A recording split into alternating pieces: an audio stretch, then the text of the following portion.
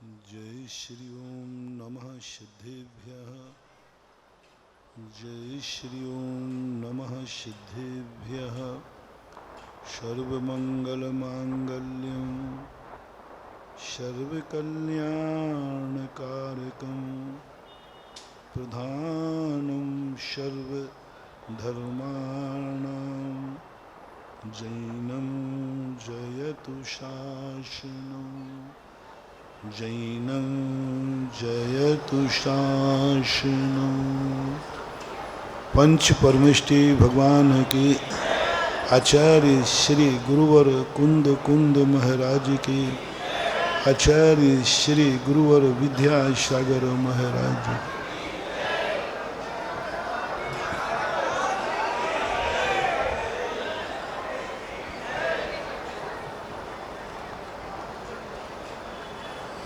अपना प्रसंग चल रहा है नीति पर, वस्तु स्थिति पर, और दूसरा है वस्तु परिस्थिति पर। कभी कभी व्यक्ति की स्थिति इतनी विचित्र हो जाती है कि वह वस्तु स्थिति के दूर हट करके परिस्थिति के सामने घुटने टेक देता है। सत्य को जानता है फिर भी असत्य के साथ खड़ा हो जाता है। पुण्य को जानता है, पुण्यात्मा को जानता है, फिर भी पापियों के साथ खड़ा हो जाता है। पुण्य को जानता है फिर भी पाप करने को मजबूर हो जाता है। सत्य को जान रहा है फिर भी झूठ बोलने को मजबूर हो जाता है। जान रहा है कि ये पराई वस्तु है, हमें चोरी नहीं करना चाहिए, लेकिन परिस्थितियां ऐसी हो जाती हैं कि चोरी करना पड़ता है। सब जान रहे हैं कि परिग्रह, अति परिग्रह नुकसानदायक है, फिर भी वर्तमान की भौगोलिक सांसारिक परिस्थितियों को देखकर उसी परिग्रह इकट्ठा करने में जिंदगी लगा देता है। सत्य का स्थान कोई बड़ा नहीं है, सत्य की किताब कोई बड़ी नहीं है, सत्य को जानना कोई कठिन नहीं है, लेकिन सत्य को पाना बहुत कठिन है। सब धर्म जानते क्या अच्छा है, सब कोई ऐसा कोई व्यक्ति नहीं है। मैं ही धर्म का ज्ञाता नहीं हूं, संसार का प्रत्येक व्यक्ति जानता है कि अच्छा क्या है और धर्म क्या है, अधर्म क्या है, सब जानते। शेर चीता भी जानते हैं, वो भी यही अनुभव करते हैं, लेकिन करते नहीं है। डाकू जानता है कि ये डाका पाप है, तभी तो डाका डालने के बाद भागता है। सर्प जानता है कि काटने के बाद काटना अच्छा नहीं है, तभी तो वो काटने के बाद भागता है कि मैंने कुछ गलत कर लिया। मैंने कहा था ना, जिस कार्य को करने में डर लगने लग जाए, समझ लेना तुम सत्य को जानते हो। तुम्हारा असत्य का डर बता रहा है।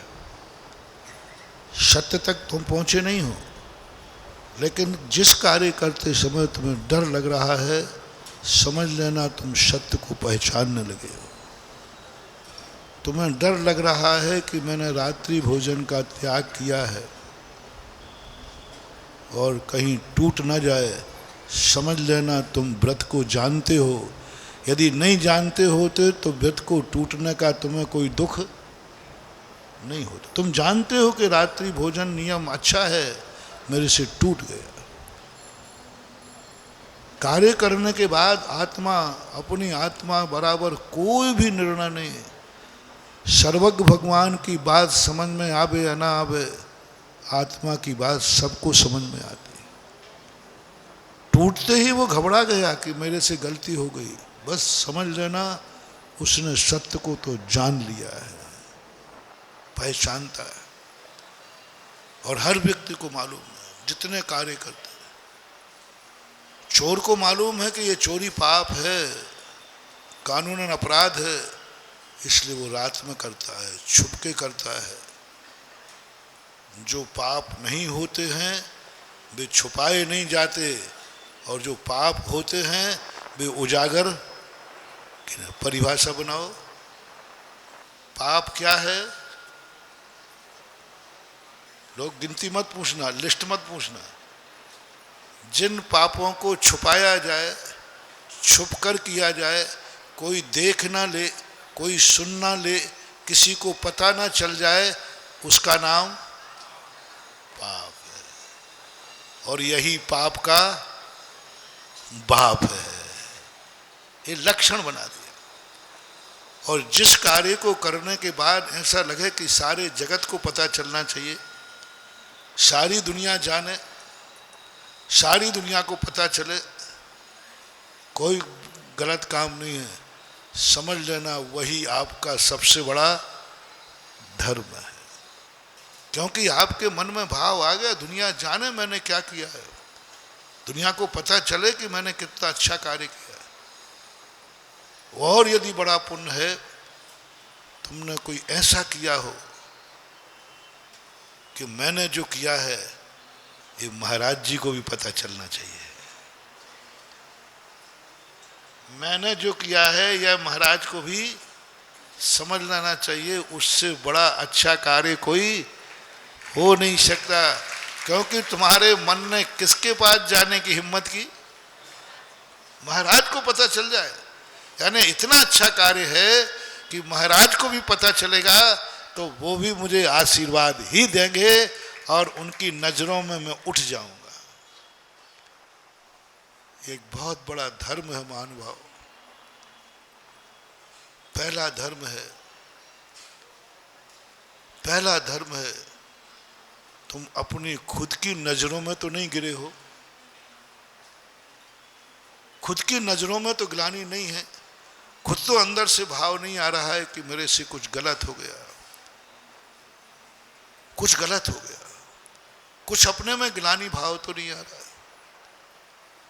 ऐसा कोई कार्य मत करना जिसमें स्वयं खुद अपनी नजरों में गिर जाओ। अपनी नजरें ही हमारे लिए नकार दें, धिक्कार दें। हम जब अकेले में बैठे हों तब आत्मा कहे, रे पापी दुष्टी तूने क्या कर डाला। आत्मा बोलेगी, आत्मा कहेगी, गालियां देगी आत्मा। जिस समय तुम पाप करते हो आत्मा अपना दो रूप धारण कर लेती है, दो रूप धारण कर लेती है। मन को अलग कर देती है, वचन को अलग कर देती है, काया को अलग कर देती है, स्वयं अलग खड़ी हो जाती है। और जब तुम्हारा मन वचन काय पाप की तरफ जाता है तब आत्मा धिक्कारती है, रे पापी मन, रे पापी वचन, रे पापी काया, धिक्कार है तुझे, मैंने तेरी संगति पाकर के बहुत बड़ी गलती की है। कल कहा था, अपनी आत्मा का अभिशाप कभी मत लेना। सारे दुनिया के अभिशापों का रास्ता है, सारी दुनिया।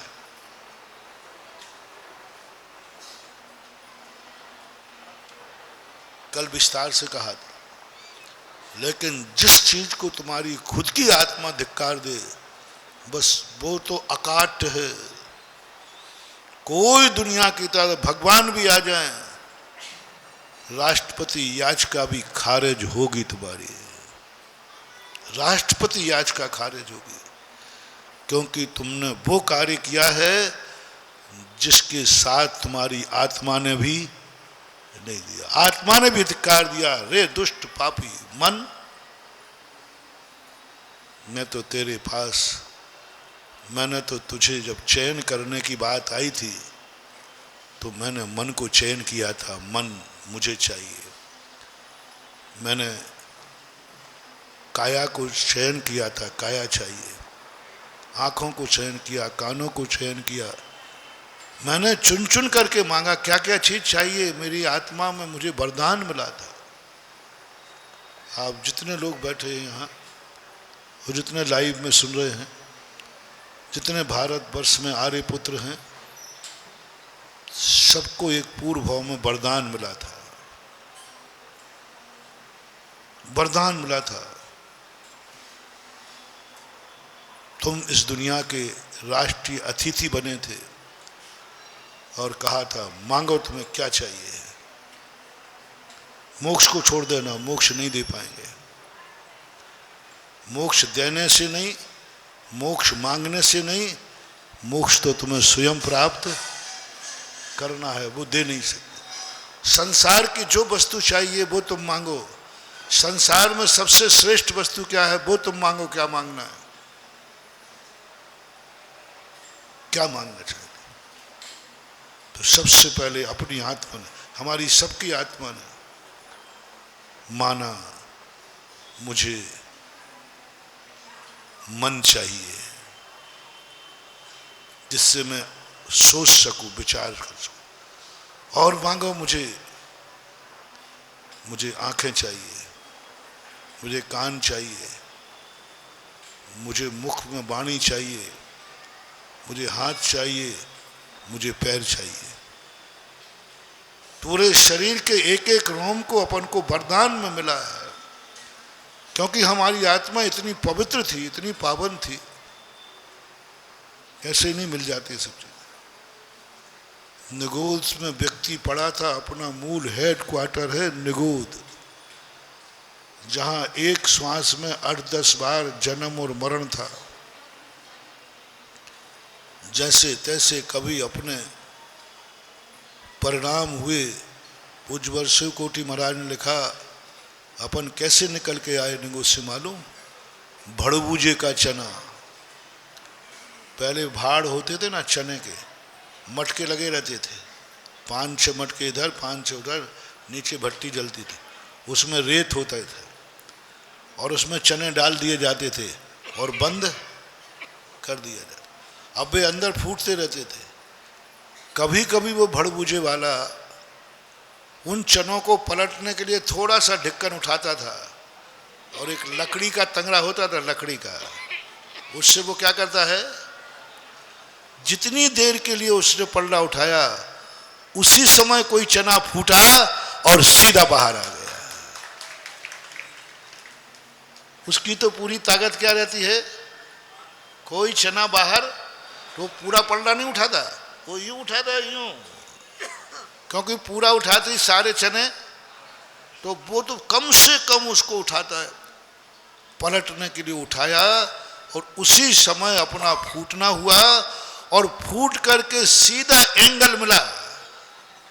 अब वो तवा तो बड़ा था ना, अब यहां करते तो यदि अपन उछटते भी और यहां पड़ जाते तो पुनः उसी में गिर जाते।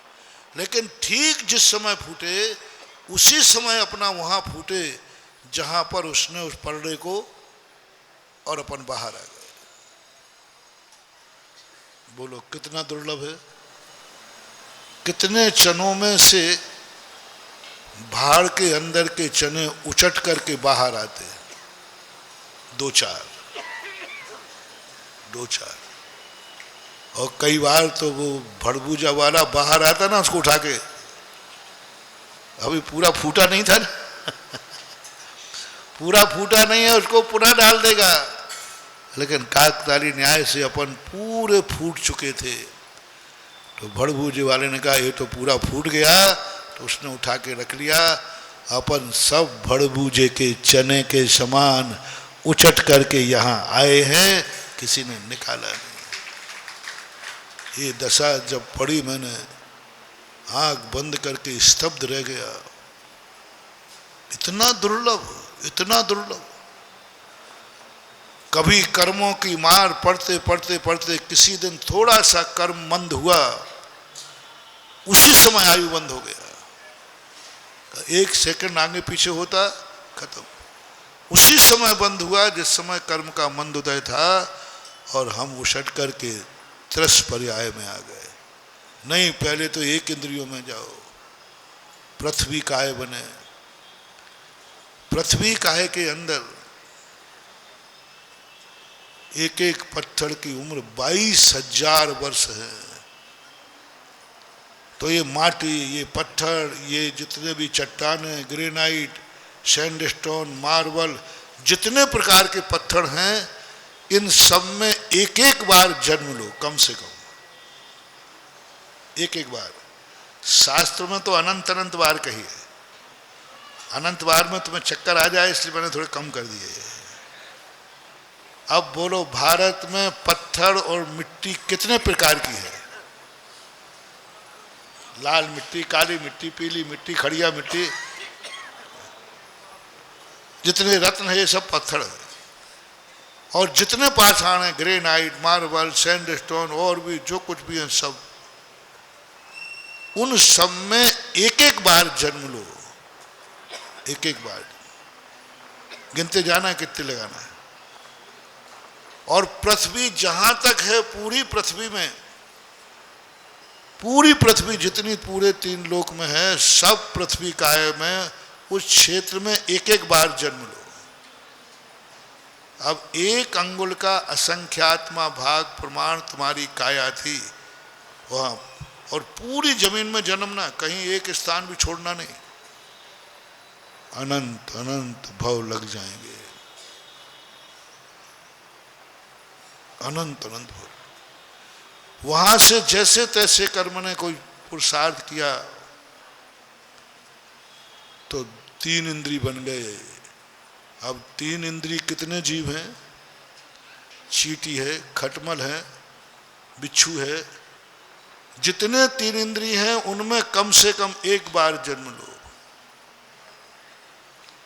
वहां से चले तो मच्छर पहलवान बने,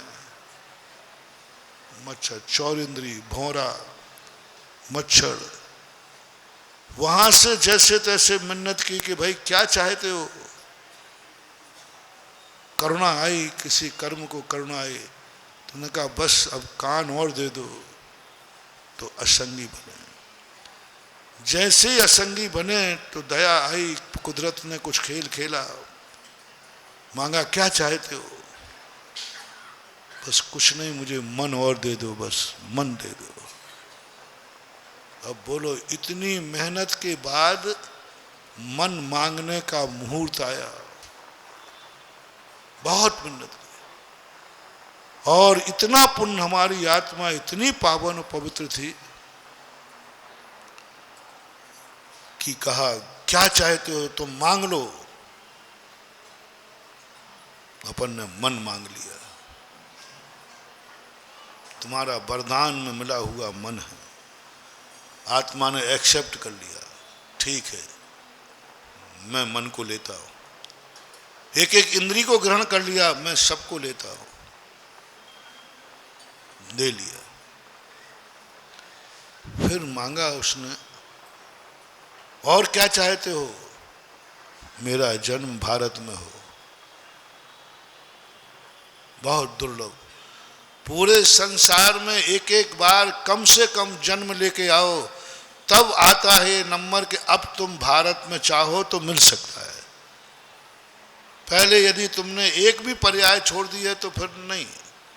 पहले तुम्हारा बताओ, तुम क्या संसार में जितनी पर्याय हैं उन सब में जन्म ले लिया?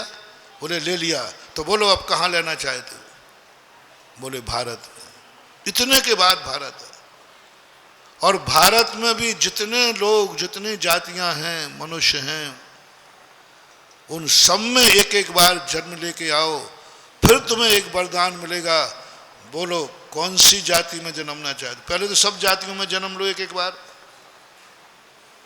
हाँ, ऐसी कोई जाति नहीं है, हर जाति के तुम भूतपूर्व हो।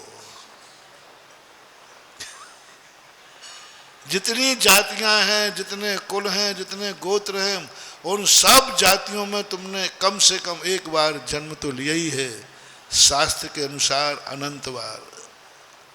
तो कोई जाति तुम देख लो तो तुरंत कहना मैं भी भूतपूर्व हूं। कोई भी जाति मिले, किसी को भी देखना आप, जिसके प्रति आपका भाव है, भूतपूर्व। यदि तुम्हें ये औकात, मैंने सोचा शास्त्रों में ये पंच परावर्तन क्यों बताए, हमें अतीत की याद दिला करके हमारी औकात क्यों बता रहे हैं, हमें भविष्य बताओ, मेरा भविष्य क्या है। जैनाचार्य कहते बताऊंगा, पहले अतीत क्या है वो सुन ले, अतीत क्या है वो सुन ले तेरा, जिसके माध्यम से तेरा भविष्य बनेगा। क्योंकि तुझे कोई क्रोध आता है बहुत, तू स्वार्थी है बहुत, तू अपने स्वार्थ के लिए किसी को भी मिटा सकता है। तूने कहा पहले पंच परावर्तन करो और कहो कल मैं यहाँ था। जब तुम किसी पेड़ को काटने जाओ तो पहले कह सोच लेना, मैं भी भूतपूर्व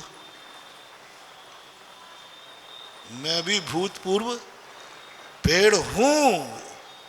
था तो भूतपूर्व कब लगता है, वर्तमान में कौन है, भूतपूर्व पेड़। अब लगाओ, अभी कह रहे थे ना भूतपूर्व सांसद, राज्यसभा है भूतपूर्व, और बड़े गर्व से, उनको भी अच्छा लग रहा था, मैं भूतपूर्व सांसद हूं।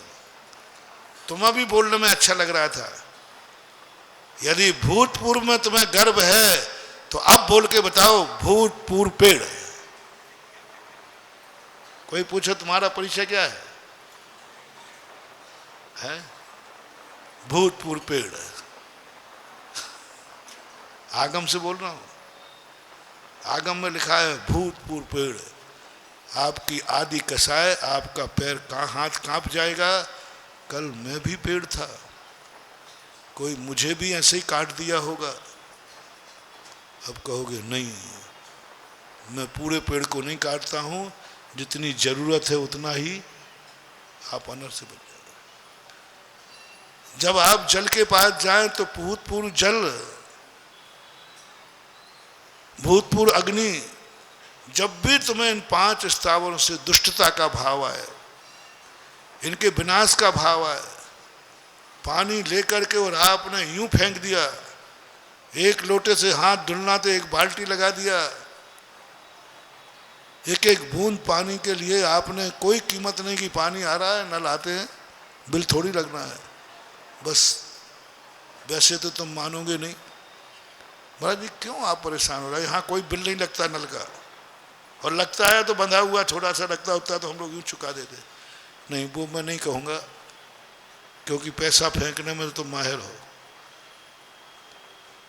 पैसा के बदले तुम्हें पाप करने को मिले और कहा जाए पैसा दे दो, तो आपको कोई पाप का बंद नहीं होगा।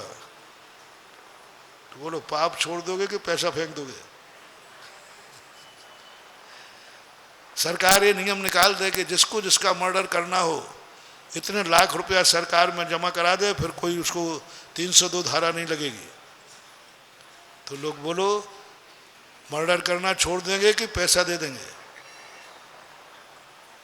पैसा दे के निपटा देंगे, सुपारी जिसे बोलते हो।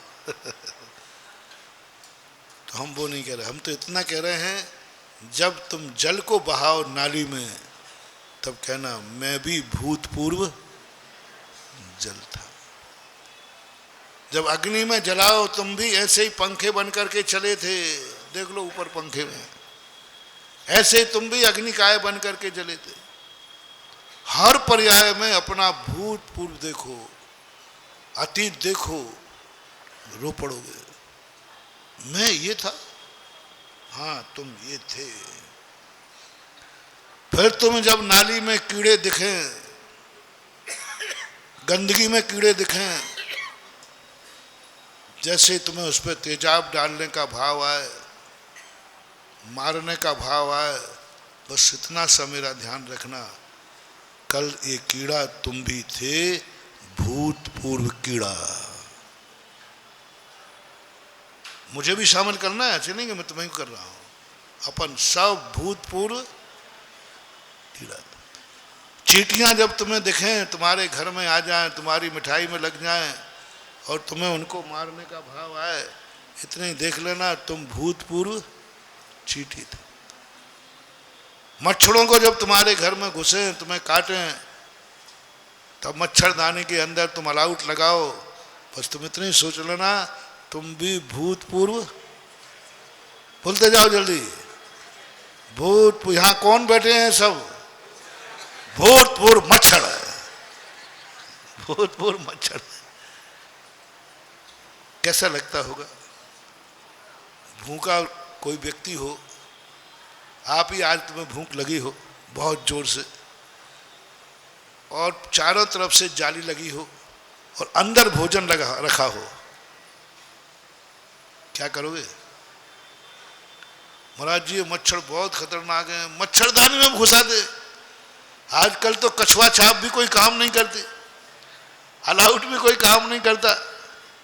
अच्छा, वो मच्छर महाराज बहुत बेशरम हो गया मच्छर। मैं आपसे पूछता हूं, आप भूखे हैं, मरणासन हैं, 7 दिन हो गए, कितने दिन हो गए, और भोजन नहीं मिला, और भोजन एक जाली के अंदर रखा है, आप क्या करोगे? बोल भाई, क्या करेगा? बंटी बाबू बोल, तू बोल, क्या करेगा? मनुष्य भाई, जाली दूसरे ने लगाई है, जाली दूसरे ने लगाई है खर्चा करके, तुम क्या करोगे? तोड़ दोगे। तुम ये भी नहीं देखोगे सामने वाला मुझे मार देगा, तुम ये भी नहीं देखोगे कि मुझे चोरी का इल्जाम, तुम तो ये देखेगा अभी तो है, तो जो होगा सो देखा जाएगा। हर व्यक्ति टूट पड़ेगा, जाली तोड़ देगा, चोरी कर लेगा।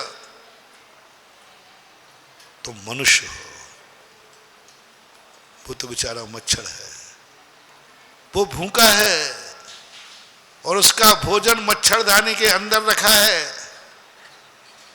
अपना शरीर, और उसको दिख रहा है ये अंदर, तो वो भी कहीं ना कहीं से जाली में से, मच्छरदानी में से सुराग निकाल के घुस जाता है।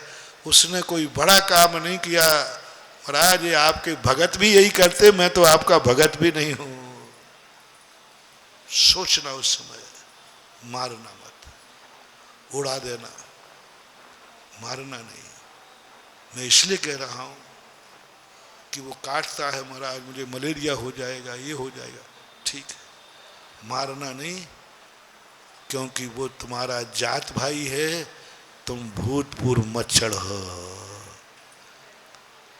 जिस जाति से तुम आए हो उस जाति को मारना नहीं।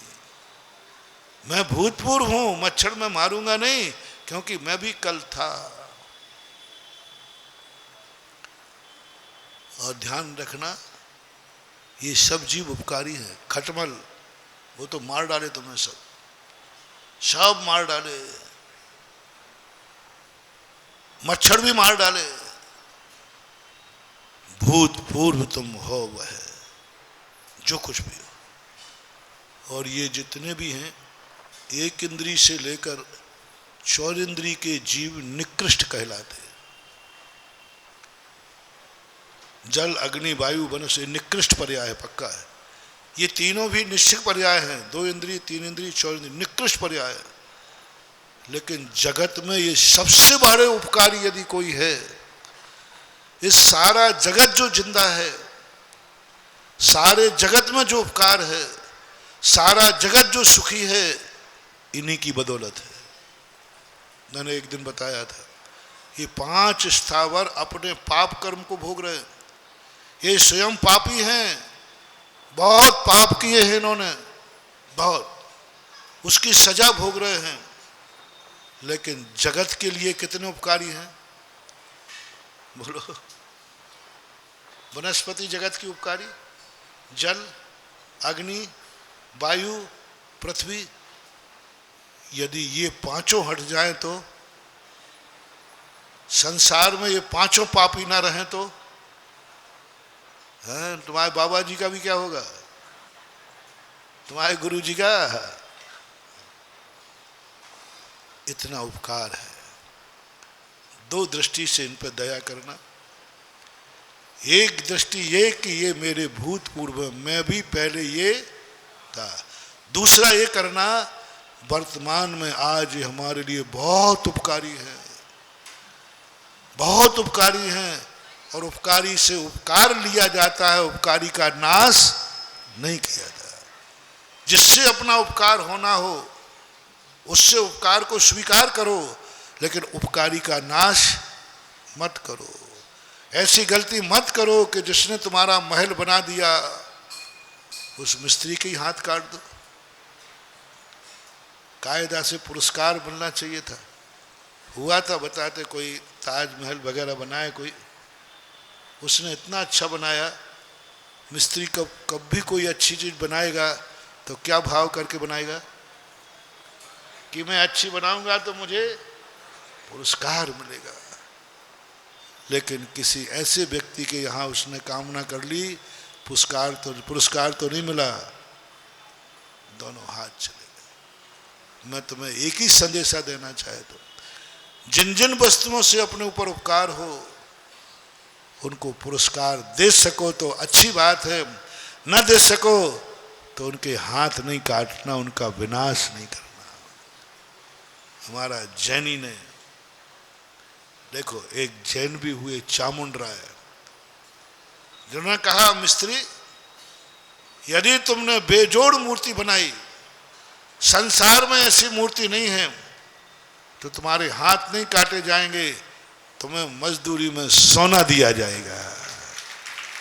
पहली घोषणा, दोनों में अंतर समझना। एक व्यक्ति ने कहा तूने सुंदर वस्तु बनाई, कहीं दूसरी न बना दे, इसलिए मैं तेरे हाथ काटता हूं। और एक ने कहा कि तुम बेजोड़ मूर्ति बनाओ, दुनिया में आज तक वो मजदूरी नहीं मिली, वो मजदूरी मैं दूंगा। बोलो, बाहुबली की जोड़ कोई है? 8वां आश्चर्य है, बाहुबली मूर्ति की कोई जोड़ नहीं है, जगत में सबसे ऊंची, और आज तक कोई बना भी नहीं पाया। बहुत लोगों ने प्रयास किए कि बाहुबली की दूसरी मूर्ति बना दूं, दक्षिण भारत में। आप लोग दक्षिण भारत गए होंगे, बाहुबली की कितनी मूर्तियां हैं वहां, धर्मस्थली में और भी, लेकिन बाहुबली जैसी होड़ लगी है, कंपटीशन है। आज सारे भारत के शिल्पियों को चुनौती दी गई है, जो गोमटेज बाहुबली की दूसरी मूर्ति बना के दे देवे, उसे जो मजदूरी कहेंगे वो दी जाएगी। कुछ नहीं कर पाया, आज तक कोई नहीं कर पाया, कर भी नहीं पाएगा। तो हमारे धर्मात्मा जीव ने क्या कहा, मिस्त्री तुम्हें बदले में सोना दिया जाएगा। दे दिया। आप लोग किस परंपरा के हैं? जो तुम्हारे ऊपर उपकार करे उसको नाश कर दो, या जो तुम्हारे ऊपर उपकार करे उसको अविनाशी बना दो? तुम्हें कौन सा पसंद है? तो बस आज नियम करो, जो जो चीजें मेरे ऊपर उपकार करती हैं, पंच स्थावर, इनका हम नाश नहीं करेंगे, इनका उपयोग करेंगे। समझ रहे हो ना? उपयोग करने की मनाही तो नहीं कर रहा हूं। जल का आप उपयोग करो, लेकिन जल का विनाश मत करो। पूरा कुआं खाली कर दो, पूरा बंदा खाली कर दो। बस इतना सा पूछता हूं मैं, तुमने पूरा बंदा खाली कर दिया, क्यों? खेत में सींचना था, खेत सूख रहे थे, जल कहता है बहुत अच्छा, मुझे खुशी है कि मेरा मिटना तुम्हारे खेतों को हरियाली दे गया, मुझे मिटने में आनंद है। कम से कम मेरे मिटने से कुछ तो हुआ, मेरे मिटने से खेत हरे हो गए, मेरे मिटने से तुम्हें रोजी रोटी मिल गई, मेरे मिटने से मैं माटी में मिल गया, मैं कीचड़ बन गया। लेकिन कोई बात नहीं, जगत को कुछ तो उस समय तुम्हारे लिए कोई अभिशाप नहीं लगता। पूरे खेत में पानी सींच दिया, पूरा उपयोग कर लिया, अभी तक तुम्हें कोई पाप नहीं लगना। मैं बहुत बार कहा करता हूं, जैन धर्म में सबसे बड़ा पाप है अनर्थ दंड, बाकी सब पाप सापेक्ष है, छोटे। सबसे बड़ा अनर्थ दंड। अब मैं पूछता हूं, आधा गिलास पानी आपने पिया, आधा गिलास बचा या एक घूंट बचा और तुमने यूं कर दिया।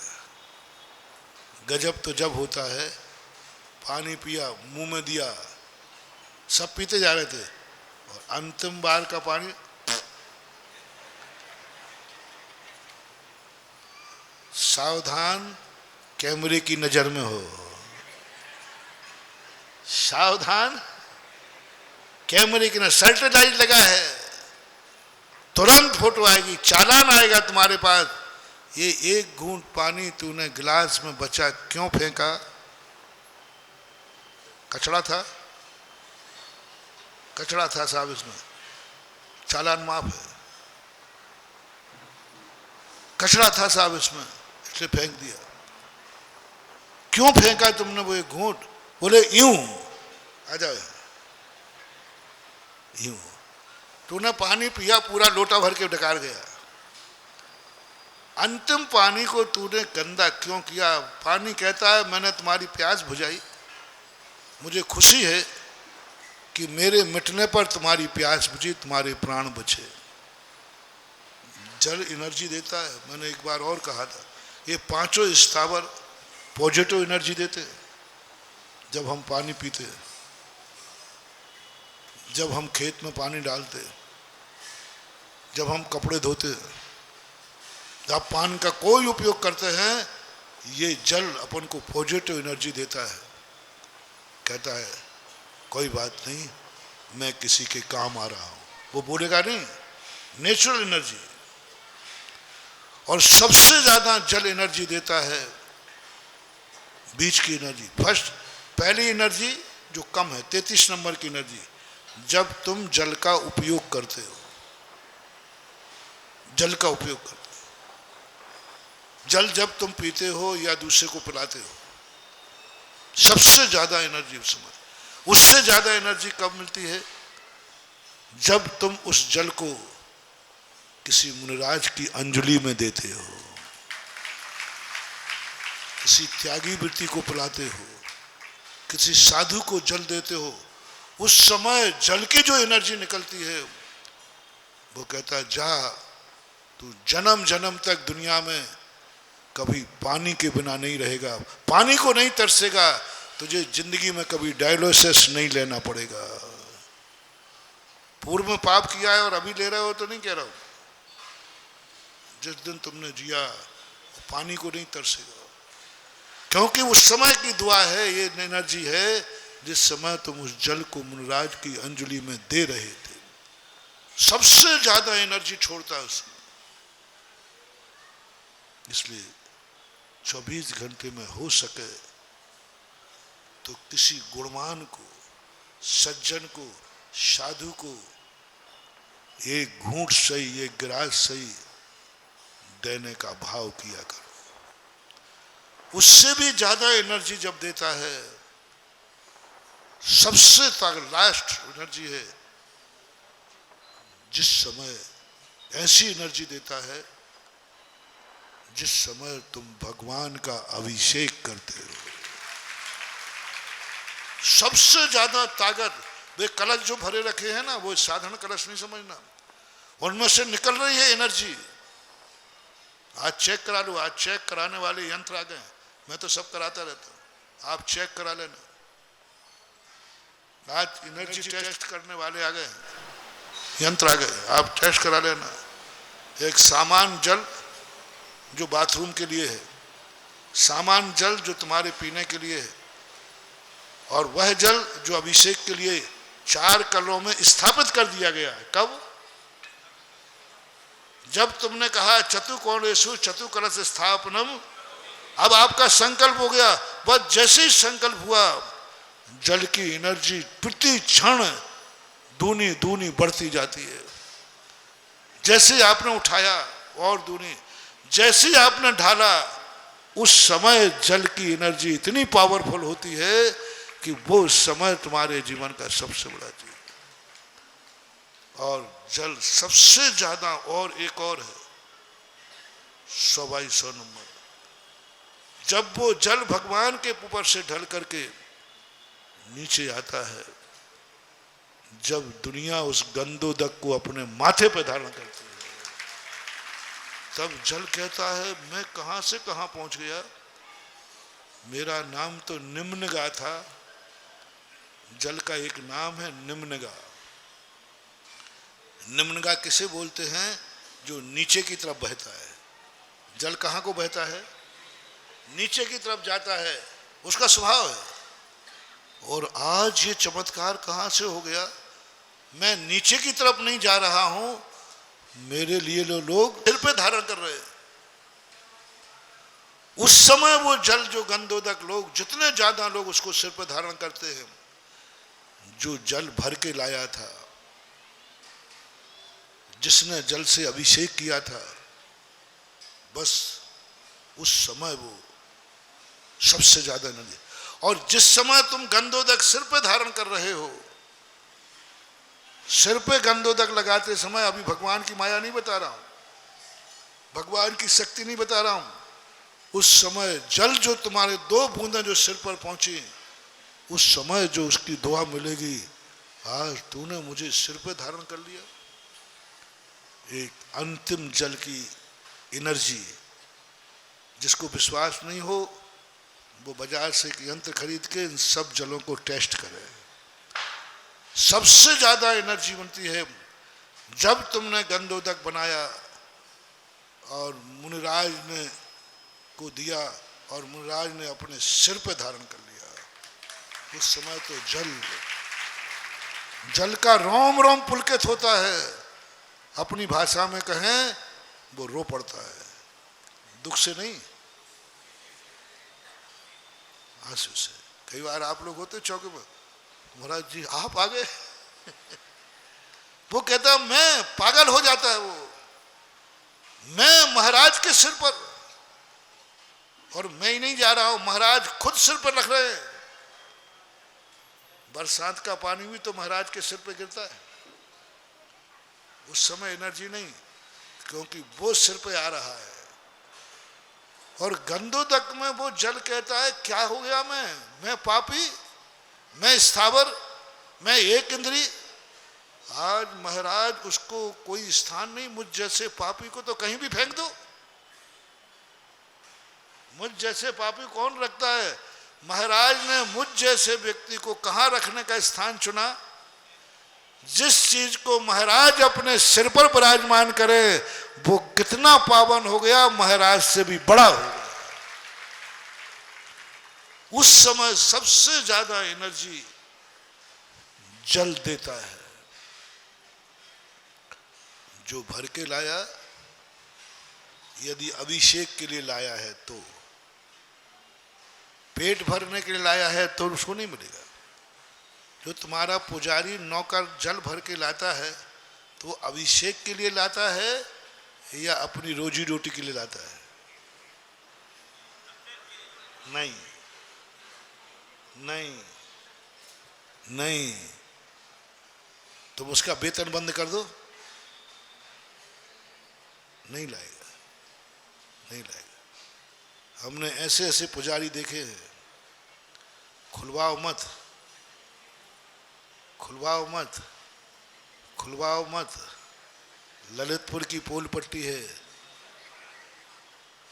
मेरे चतुर्मास में जब, क्योंकि चतुर्मास में अभिषेक करने वाले बढ़ जाते हैं, लेकिन तुम जैसे कंजूस लोग उसका वेतन नहीं बढ़ाते।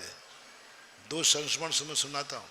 एक ललितपुर के अभिषेक करने वाले बढ़ गए कि नहीं? बोलो, बढ़ गए। लेकिन पुजारी को वही वेतन है कि बढ़ गया? वही वेतन है। तो वो मुझे बददुआ देते, महाराज आ गए यहाँ पर प्राण लेने के लिए। अब वो क्या करे? 2 तमेड़ी 2 गुंडी पानी लाने के लिए नियुक्त किया था, अब 4 ला रहा है। वेतन उसको मिलेगा नहीं। अंधेरे में पानी भरा जाता है, 2 तो लाया कुएं से, 2 यहीं पीछे नल में लगाया और भर के रख दिया। यही हुआ था ललितपुर की बात। सीधा नल का, सीधे नल का पानी। किसके लिए? वो तो मैंने भरते समय वो गुंडी देख ली थी, और वो ही मैंने वहां देखी। मैंने कहा यही तो गुंडी थी, वो थोड़ा मेरी आंखें थोड़ा तेज, मैं कैच जल्दी कर लेता हूँ, हालांकि कम देखता हूं मैं, लेकिन देखता हूं तो पक्का देखता हूं, पर भूलता नहीं हूं। जब उसकी पेशी हुई थी, ये पंच बैठे ना तुम्हारे, वो सिक्के वाले पंच, दूसरी घटना घटी, मैं स्थान के नाम नहीं बता रहा, मैंने पूजन अभिषेक पर प्रश्न दे दिया, तो संख्या वहां 4-5 लोग पूजा अभिषेक कर, 4-5 लोग करते, मेरे करने के बाद लगभग 50-60 लोग हो गए। उसका वेतन, थालियां बढ़ गई, अभिषेक बढ़ गया।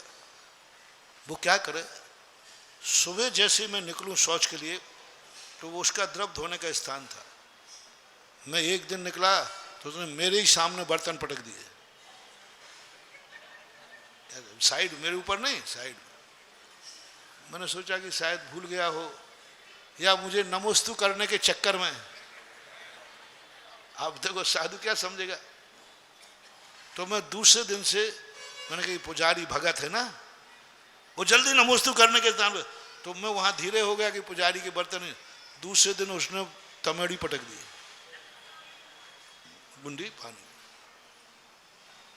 तीसरे दिन उसने थाली पटक दी, पूजा की थाली। मैंने कहा प्रतिदिन हो गया थाली गिरते हुए, एक दिन चूक हो सकती है, परसों बर्तन गिरे थे, कल गुंडी गिरी थी, आज ये मामला कुछ और है। मैं सोच से लौटा, मैंने पुजारी जी हाँ, मैंने क्या बात है, तकलीफ है क्या, कोई बुखार, तबीयत खराब है? 2-3 दिन से क्या करूं, मर जाऊं? और मैंने कहा ये तो पारा करूंगा, वो शब्द अभी भी मुझे, मैं भी काम गया था, मैं क्या करूं, मर जाऊं, प्राण ले लो मेरे। अरे मैंने कहा ये तो पारा, प्राण ले लो मेरे।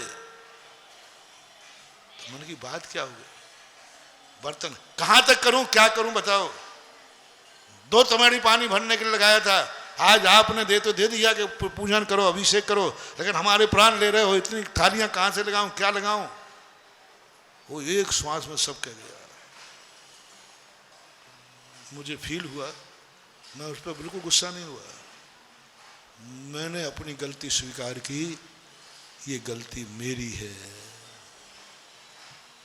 मुझे ये उपदेश नहीं देना चाहिए था अभिषेक पूजन का, क्योंकि अभिषेक पूजन का यदि उपदेश दिया तो ये भार किस पे पहुंचना है, मैंने ध्यान नहीं दिया है, और ये ध्यान तुम्हें देना चाहिए था, मुझे तो क्या मालूम।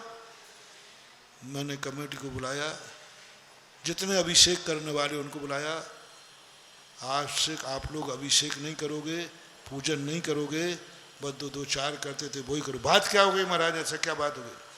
अध्यक्ष बात क्या, पुजारी ने ऐसा कहा तुमसे, आज ही नौकरी से निकालता हूं मैं उसको। अरे मैंने कहा उसको निकाला तो मैं निकल जाऊंगा, उसकी हिम्मत हुई, 4 नहीं 10 तमेड़ी भरेगा महाराज, उतने ही पैसे में जाएगा कहां? यही दादागिरी चलती है आपकी। मैंने कहा साहब दादा आप तो ये बताओ, जिस दिन लगाया था उस दिन कितना था? उन्होंने वही बताया, इतने थाली थी, इतने थी। मैंने कहा अब नहीं होगा, या तो अभिषेक पूजन बंद होगा, या उसको प्रति थाली, आपकी जितनी थाली, जितना पानी भरा जाता था और जो वेतन देते थे, उसका भाग देके भजन फल निकालो। 10 थाली पर, 2 गुंडी पानी पर, जो भी है इतना देते थे, तो एक पर कितना हुआ, जो भी निकाला था, 1 या 2 रुपया कुछ ऐसा निकला था, या उस समय 5 रुपया कुछ निकला था। मैंने कि अब तो जितने अभिषेक वाले बढ़ेंगे, जितने थाली वाले बढ़ेंगे, प्रति थाली के हिसाब से, प्रति पुजारी के हिसाब से पुजारी जी का 5 रुपया बढ़ेगा, 5 बढ़ेगा। महाराज जी आप छोड़ो, ये काम आपका नहीं है, ये हमारे हवाले करो, हम देखते हैं उसको, जो देते हैं उसमें भी कम नहीं किया तो देखता हूं वो कम में भी करेगा, जाएगा कहां। मैंने कहा किसी की किस्मत के, किसी की फूटी हुई किस्मत से किसी गरीब व्यक्ति को, मजबूर व्यक्ति को फायदा मत उठाओ। 5 रुपया तय हुआ, हमें तो 5 ही बताया, बाद में पता चला था कमेटी ने 2 रुपया थाली किया था।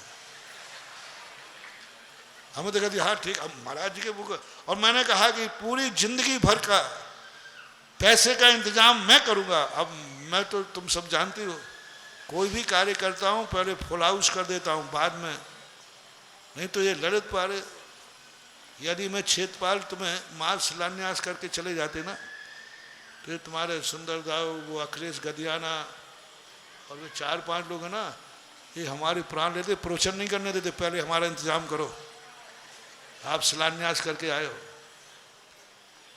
मैं पहले ही पूंछ को नहीं लगाता हूं, जितना काम करता हूं पहले ही इंतजाम करके, शिलान्यास बाद में, उसका पूरा बजट पहले। बाद की आफत कौन करे, क्योंकि अपन को यही काम थोड़ी है, क्षेत्रपाल जैसे हजारों मंदिर बनना है,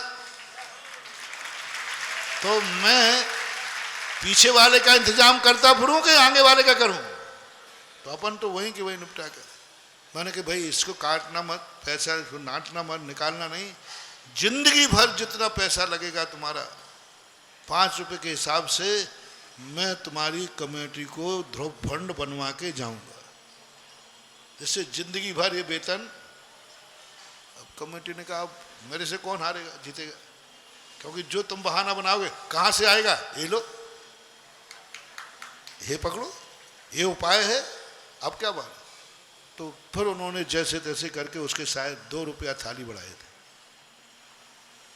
2 रुपया थाली बढ़ते ही पर डे के 100 कितने हो गए, 60। उसके लगभग 100 रुपया उसका पर डे आ गया, है ना, महीने का 3000 रुपया बढ़ गया। 3 हो गए ना, 100 रुपये के हिसाब से 3000 रुपया। उस दिन के बाद ना तो कोई थाली गिरी, और मैंने तो कान पकड़ लिए, अब मैं अभिषेक और पूजा का उपदेश देना ही नहीं। 8-10 दिन तक मैंने चुप्पी साध ली, दिया ही नहीं, नाम ही अभिषेक का नाम आ जाए, बोलना नहीं, नाम भी आ जाए, पूजा का नाम आ जाए, नहीं कहना, नहीं थाली बढ़ जाएगी, उसके प्राण निकल जाएंगे। 8-10 दिन 12 दिन हुए, बोल हुआ महाराज जी हमसे आप गलती हो गई, क्षमा करना। आजकल आप पूजन अभिषेक पर प्रवचन नहीं दे रहे। नहीं मैंने इसलिए तेरे ऊपर, नहीं नहीं महाराज आप चिंता मत करो, आप तो 200 नाम करो, आप चिंता मत करो, आप विकल्प मत करो, वो तो मेरी गलती थी, नादानी थी, आप तो प्रतिदिन 10-25 बढ़ाओ, 200-300 हो जाए तो कोई चिंता नहीं महाराज, पानी भरूंगा, थालियां लगाऊंगा, आप तो उपदेश दो। मैंने कि उस दिन क्या था, आज दिन क्या है, बोलो। उस दिन 2 रुपया नहीं मिलने पर बद्दुआ दे रहा था, और आज 2 रुपया बढ़ने पर कह रहा है महाराज प्रवचन दो। वो अभिषेक 2 रुपये के, वो जल 2 रुपये के लिए भर रहा है कि अभिषेक के लिए भर रहा है, जल्दी बोल दो, 2 रुपये के लिए। वो पूजन की थाली 2 रुपये की लगा रहा है। इसलिए जब भी मैं पुजारियों को उपदेश देता हूँ, एक ही बात कहता हूँ, तुम्हारी किस्मत में तो लिखा है ये कार्य, लेकिन कभी भी यदि एक थाली बढ़ाना पड़े तो बद्दुआ मत देना, बल्कि ये कहना भगवान बढ़ाओ थाली, इतना से बढ़ाओ थाली, कितना है, जो मिलता था उससे भी जिंदगी चल रही है, जो मिलता है उससे भी जिंदगी चल रही है। यदि 2 थाली ज़्यादा दूंगा तो मेरा अभाग्य है, जाओ 1-2 साल में तुम्हारी इतनी समृद्धि आएगी कि तुम्हें भगवान की पूजा के द्रव्य का पैसा नहीं लेना पड़ेगा। लेकिन वो कहाँ मानते हैं, उनका तो जो आदत है वो है ही। इसलिए नौकर कभी भी, जिस मंदिरों में नौकर और पुजारी अभिषेक करते हैं उस मंदिरों का अतिशय और प्रतिष्ठा खत्म हो जाती है। जिन क्षेत्रों में, सब जगह मैं देख रहा हूं, जहां मंदिरों में पुजारी अभिषेक करेगा प्रतिष्ठा खत्म हो जाएगी। क्योंकि पुजारी कभी दुआ दे ही, वो तो छुपने का भाव करता है। तुम जबरदस्ती कहते हो मूर्ति को अच्छे से प्रक्षाल कर, वगैरह कर रहा हूं सेठ जी, और फिर भगवान को करता है भगवान प्राण मेरे ले रहे हो। कभी नहीं, 100% नहीं कहूंगा, 99% पुजारी भार मान के करते हैं, सौभाग्य मान के नहीं करते। उससे प्रतिष्ठाएं नष्ट होती हैं। तीर्थ क्षेत्रों पर यही होता था। आज वही तीर्थ क्षेत्र हैं जिनके अतिशय नहीं थे, लोगों के खर्चे नहीं निकलते थे, यात्री नहीं जाते थे। आज क्योंकि वहां पर पुजारी वेतन भोगी अभिषेक करते थे। जब से मैंने कहा इन मंदिरों का अतिशय मैं लौटाऊंगा, इन मंदिरों में चमत्कार मैं दिखाऊंगा, इन मंदिरों का सारी दुनिया को मैं बनाऊंगा, मार तुम पुजारी से अभिषेक बंद करा के भक्तों से अभिषेक शुरू करा दीजिए। महानुभाव मैं कुछ नहीं करता हूं, ना मेरे पास कोई मंत्र है। लोग कहते महाराज ये क्या हो जाता है, आप जिस मंदिर की तरफ दृष्टि डाल देते हो वो मंदिर है, तो आप करते क्या हो? कई महाराज पूछते। एक महाराज ने पूछा महाराज जी बताओ आप करते क्या हो? वही मंदिर, जिस मंदिर को कोई दर्शन नहीं कर रहा, आज वहां लाइन लग रही है। जिस मंदिर पे कोई अभिषेक नहीं करता वहां लाइन लग रही है।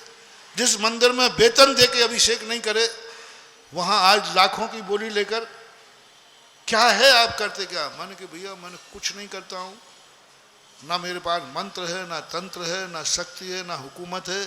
मैं तो एक बहुत छोटा सा साधु हूं। बस मैं तो इतना करता हूं, मंदिर भगवान के मंदिर बने हैं, पुजारियों के लिए नहीं भक्तों के लिए बने हैं। बस जिसके लिए भोजन बना है वो ले ले वे, बस काम हो जाएगा। बोलो ये मंदिर किसके लिए बने हैं?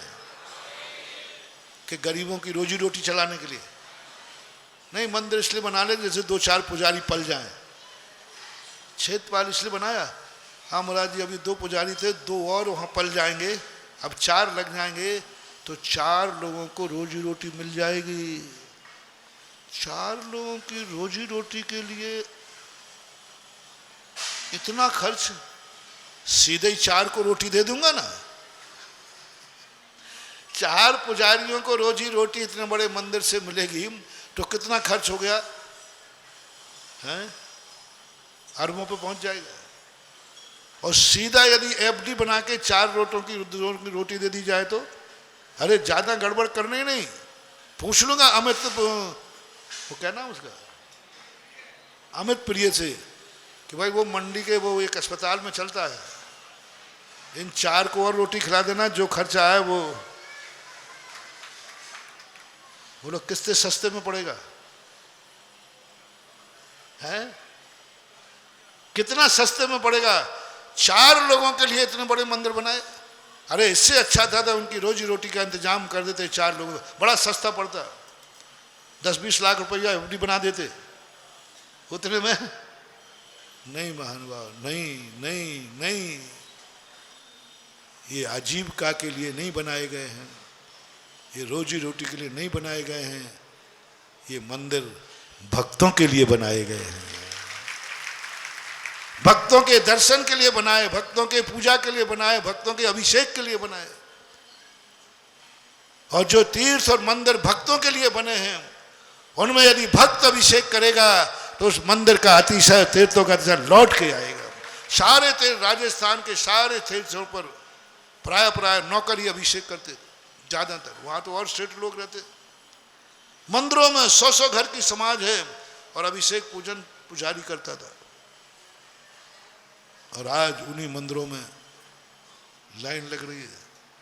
सबसे बड़ा स्थान देख लो, सांगानेर, जहां भक्ति नौकरी अभिषेक नहीं करते थे, चमगादड़ अभिषेक करते थे। नौकर भी नहीं अभिषेक करता था, उनकी ताकत ही नहीं थी नौकर लगाने की।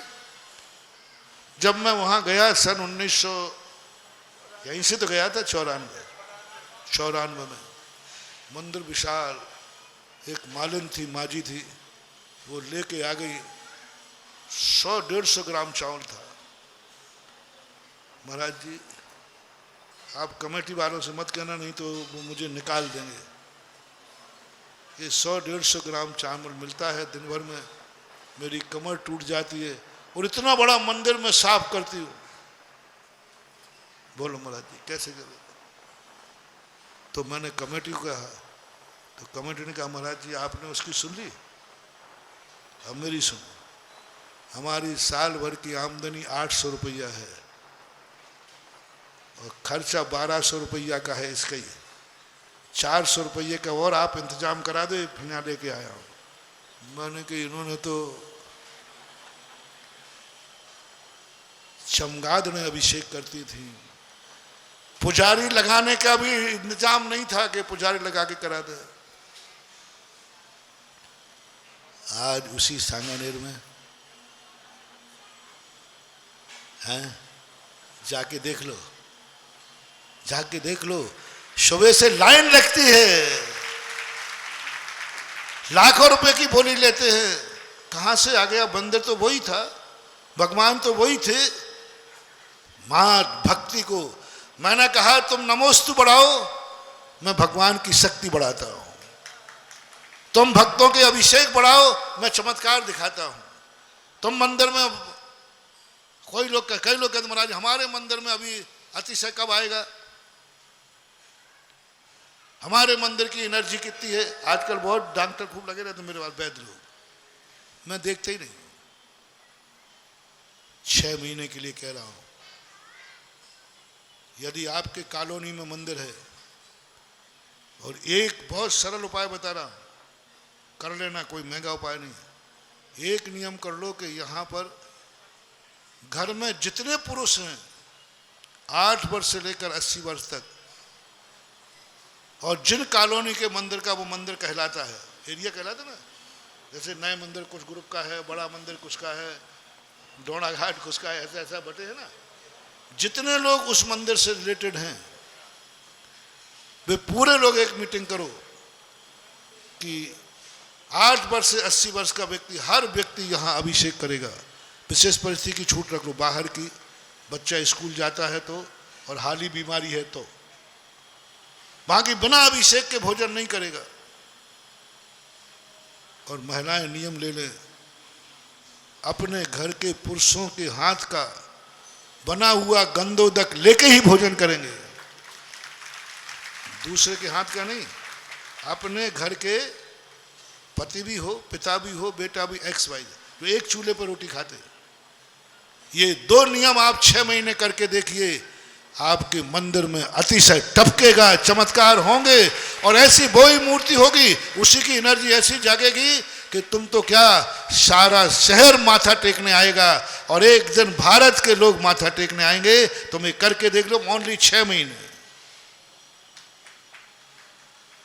जितने % कम करते जाओगे, अतिशय भी मान लो 75% करेंगे तो, 40 करेंगे तो, 10% करेंगे तो, 33% से कम मत करना रे।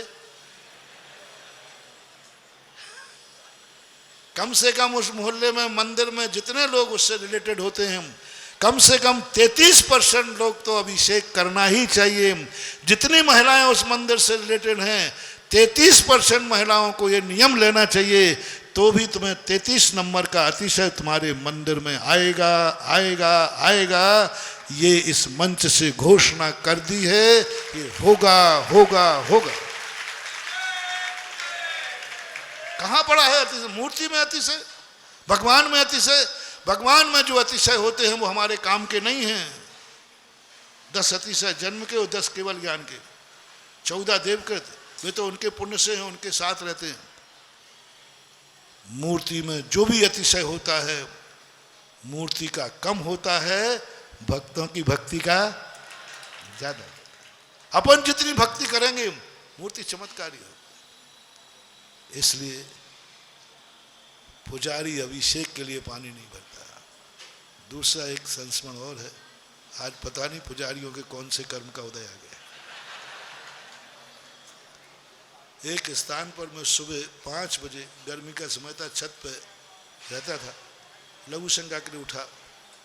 5 बजे वो जल भर रहा था कुएं से, नीचे ही कुआं था। मैं छत पे खड़ा था, वो पानी भर रहा था अभिषेक का, और वो बाल्टी से डालते हो ना, वो छन्ना खिसक गया, छन्ना, और चला गया। उसने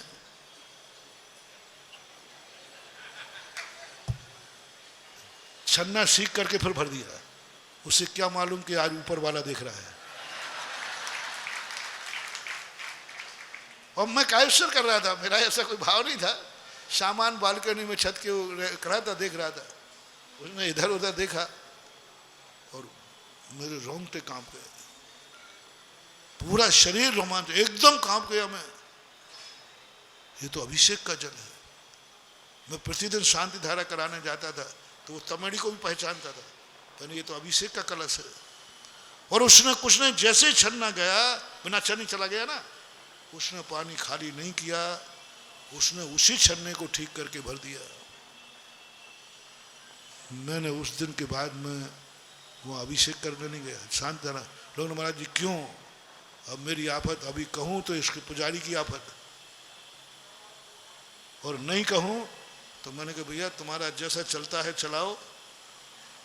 फिर लोग एकदम घबराए, कोई गलती हो गई, रोने लगे, चर्चा बन गई। कमेटी ने महाराज से कुछ कह दिया होगा, किसने क्या कहा?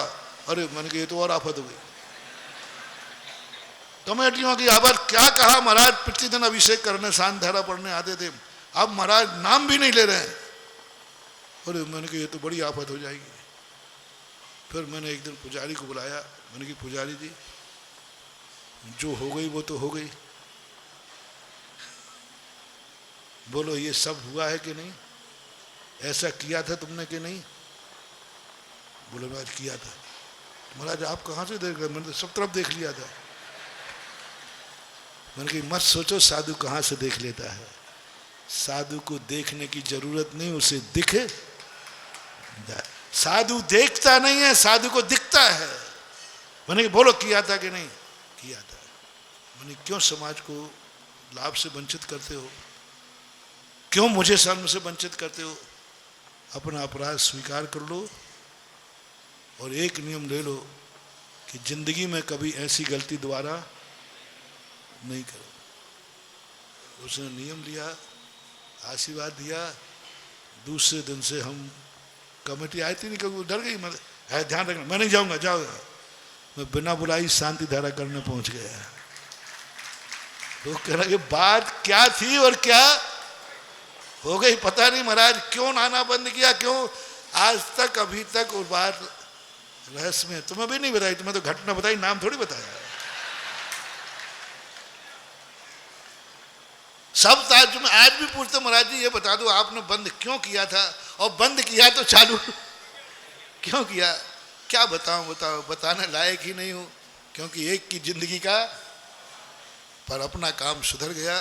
तो मैं ये कह रहा हूं, नौकरों की ना तो पूजन ना रोटी, ये दोनों चीजें मत खाओ। पूजन अभिषेक भगवान का कभी नहीं। इसलिए वो अपनी बात दूसरी चल रही थी, दूसरी आ गई एनर्जी की बात। हर चीज में एनर्जी होती है, ताकत होती है। दिन में एनर्जी होती है। जो दो दिन होते ना, सातों दिनों में एक समान एनर्जी नहीं है। हर दिन की एनर्जी अलग है। रविवार की एनर्जी अलग होती है, शनिवार की अलग होती है, सोमवार की अलग होती है, मंगल की अलग होती है, बुध की अलग। प्रत्येक दिन की एनर्जी अलग अलग है। तिथि की एनर्जी, एकम की एनर्जी अलग है, दोष की एनर्जी अलग है, तीज की एनर्जी अलग है। और ये जब दूसरे की संगति में जाते हैं तब इसकी एनर्जी अलग है। जैसे शनिवार की एनर्जी अलग है, नौमी तिथि की एनर्जी अलग है, और दोनों मिल जाएं तो उसकी एनर्जी, किस किस में एनर्जी बताऊं? और आप तो टेस्ट कर लीजिए, मैं तो जो बोलता हूं आप तो टेस्ट करो, मैं तो जानता हूं हर चीज की एनर्जी। नौमी और शनिवार पड़ जाए तो नौमी चौथ चतुर्दशी पड़े शनिचर वार, एक काम के साधते सदै अनेकों का। आज क्या है और आज क्या है? बात तो हो जाने दो कोई चमत्कार। शनिवार बहुत आए हैं, नौमी भी बहुत आई हैं, लेकिन शनिवार और नौमी आज आई है, इसकी एनर्जी अलग है। इसकी एनर्जी अलग है, इसकी ताकत अलग है। जो इतनी ताकत है, आज भी मैं कहीं जाने वाला नहीं था। हम दोनों महाराजों के पास थे ना कल, तो आज कहीं नहीं जाना। कहा भी कि महाराज जी किसी मंदिर देखने चल रहा है, दर्शन कर। मैंने कहा नहीं, आज कहीं नहीं जाना। चला करके लेट उठा, लेकिन आज शनिवार ही नौमी कहती है कुछ अच्छा होना है। घूमते घूमते अंत में आज एक नया निर्णय क्षेत्रपाल पर कल होगा। आज तो वार्निंग दे रहे हैं, विश्व में अभी सबसे बड़ा ध्वजा 185 फुट का और क्षेत्रपाल में 211 फुट का ध्वज की स्थापना है। अभी बनाने वाले खोज रहे हैं, तो भाव आया है, सो बता रहा हूं। बनाने वाला कितना बना पाएगा भाव। 211 फुट का क्षेत्रपाल में हो, जो अभी विश्व के अंदर भी नहीं है, क्योंकि यहाँ क्षेत्रपाल में ललितपुर में इस बार प्रवेश करते ही गिनीज बुक का नाम आया है। तो हर कार्य अब गिनीज बुक वाले होना चाहिए,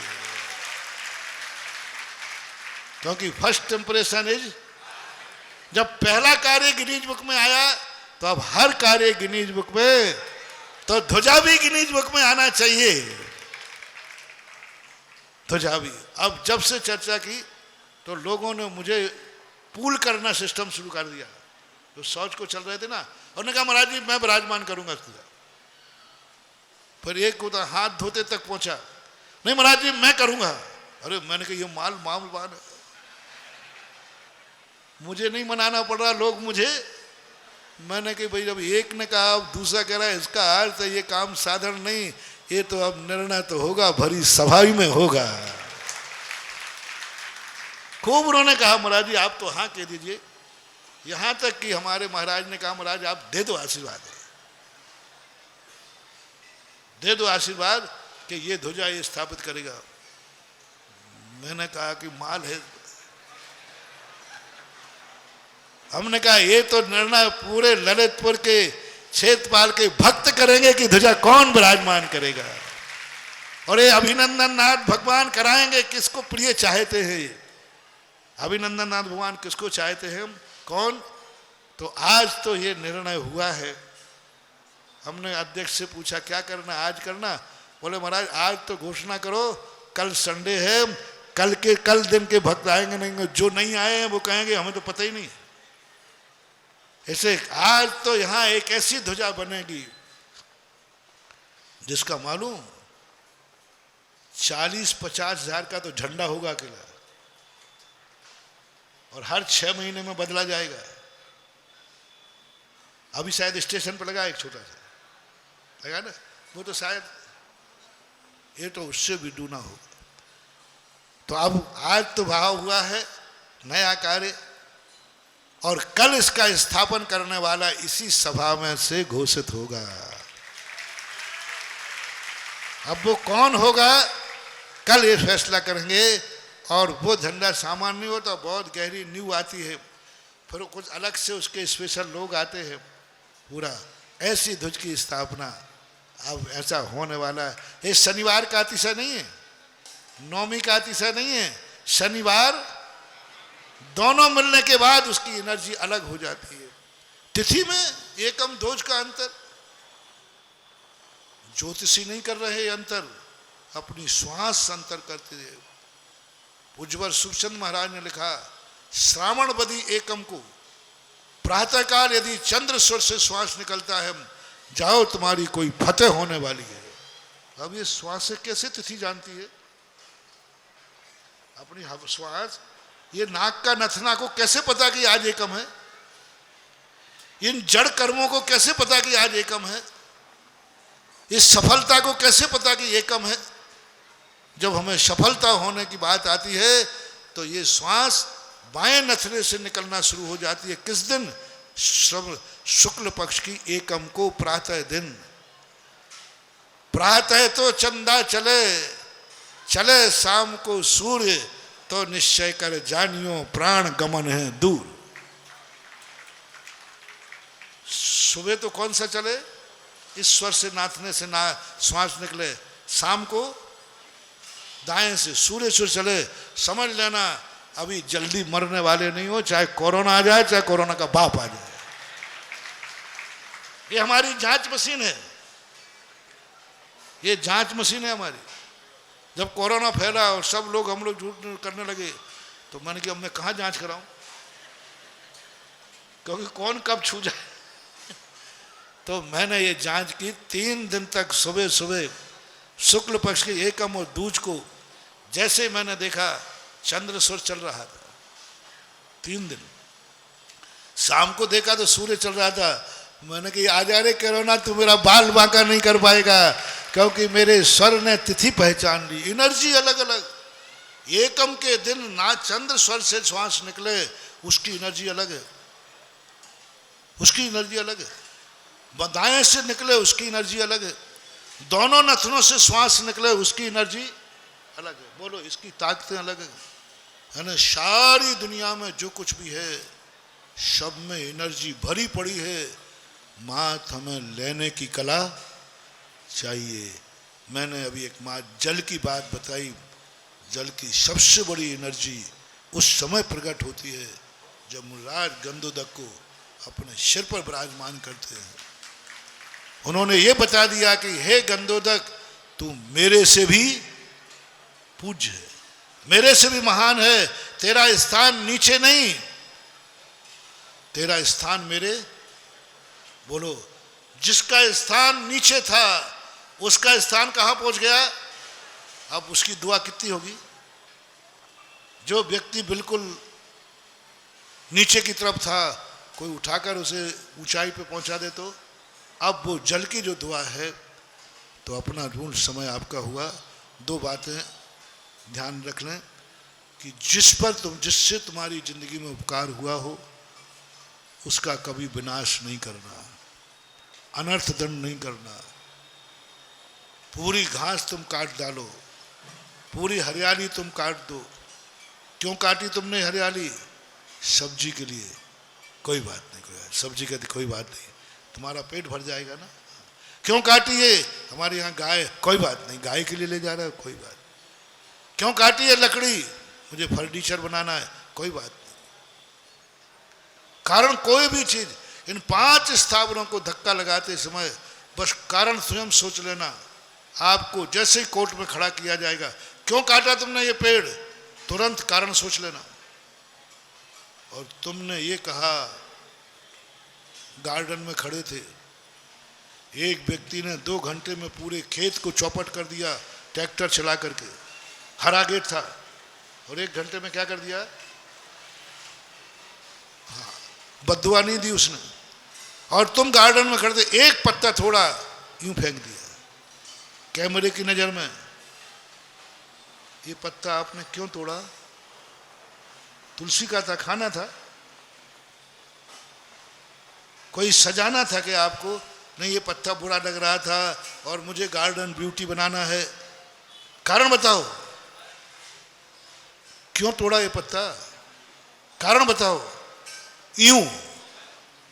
अब पत्ता कहता, रे दुष्ट, यूं यूं जा, तुझे मैं अभिशाप देता हूं, तू एक एक हरियाली के पत्ते को देखने को तरस जाएगा, क्योंकि तूने मेरी कोई कीमत नहीं। यूं मैं कितना कीमती हूं, और जब तक तुम मेरा उपयोग करते रहोगे तब तक हम बद्दुआ नहीं देंगे, लेकिन इसका तुमने दुरुपयोग किया तो तुम्हें माफ नहीं करेंगे। इसलिए जैन दर्शन ने सबसे पहले कहा 5 स्थावरों का उपयोग करो, तुम्हारे उपयोग के लिए हैं, लेकिन इनका दुरुपयोग मत करो। अभी अपना प्रसंग चल रहा है, महावीर भगवान की।